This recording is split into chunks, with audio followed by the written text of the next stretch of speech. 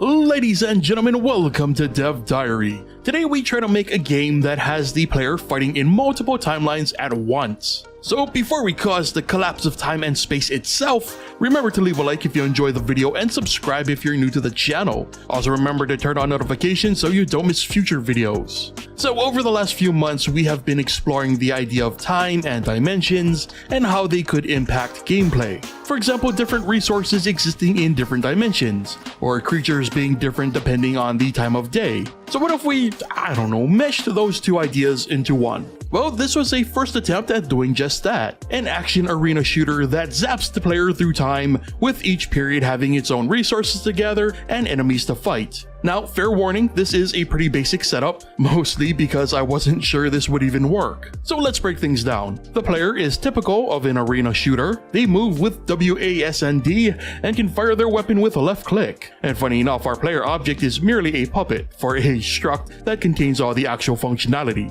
Anyway, our projectiles are also typical in behavior. They move in the direction they are given on spawn and will continue until either out of the play area or hit an opposing force. And when Z contact is made, this triggers a universal damage function. The enemies are also pretty typical of games that we've done in the past, and they're broken up into two states. Their default state, which has the enemy chase down the player, and when within attack range, they will switch to the attack state, to which they will do their attack before switching back to their default state or attacking again if they are within range. Now this is where we start to deviate, though for the sake of scope, we didn't get too crazy with it. The experience is broken up into 3 timelines. Each timeline has its own unique resources and its own unique enemy. The timeline switch once that little meter to the far left of the screen runs out. The enemies in Timeline 1 can only melee attack, making them a close range threat. Timeline 2's enemies are only able to fire projectiles, making them a long range threat. And Timeline 3's enemies are a hybrid of both, making them the most dangerous of the bunch. As for the resources, they are simply different types that tie into the second part of the loop, upgrades. Again, for the sake of simplicity, each resource is tied to one of the player's attributes. Timeline 1's resources are tied to move speed, Timeline 2's are tied to fire rate, and Timeline 3's resource is tied to damage. Each upgrade requires a different amount, but again, just to keep things simple, it does not increase with level. So for those of you keeping track, the loop is simple: survive, collect resources, upgrade stats, and repeat.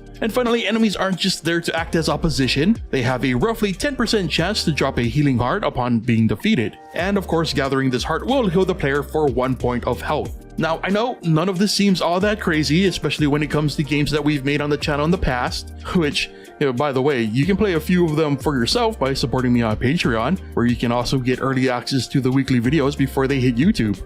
Anyway, there were a number of ways that we could have done this, including persistent objects or rooms. Instead, I decided to use a similar technique to object pooling to get the job done. So let's get a little technical. Each timeline technically exists at all times. Every single enemy and resource is recorded to an array for each timeline. When the switch happens, the current timeline's list of objects are deactivated and the next timeline's list of objects are reactivated. The tileset is updated at the same time, and temporary objects like bullets and hearts are removed. All of this is masked by that white flash, an effect I'm, not 100% a fan of, but any alternatives that I could think of would have taken far too long to implement. So basically the way it works is once the timeline is ready to switch, everything is literally switched out for the next timeline under the guise of a transition occurring. And so in order to create objects that exist within their own timelines, a custom creation function had to be written. The gist of the function simply checks each timeline we're in and adds the object it's creating to that timeline's list. And should these objects somehow disappear from the game without being accounted for, there's an automatic check to make sure that doesn't break our game. And my favorite aspect of this function is that it technically allows for the creation of anything in any timeline without issue, meaning surprises such as bosses, glitched worlds, or really anything that can throw the experience for a loop isn't necessarily out of the question.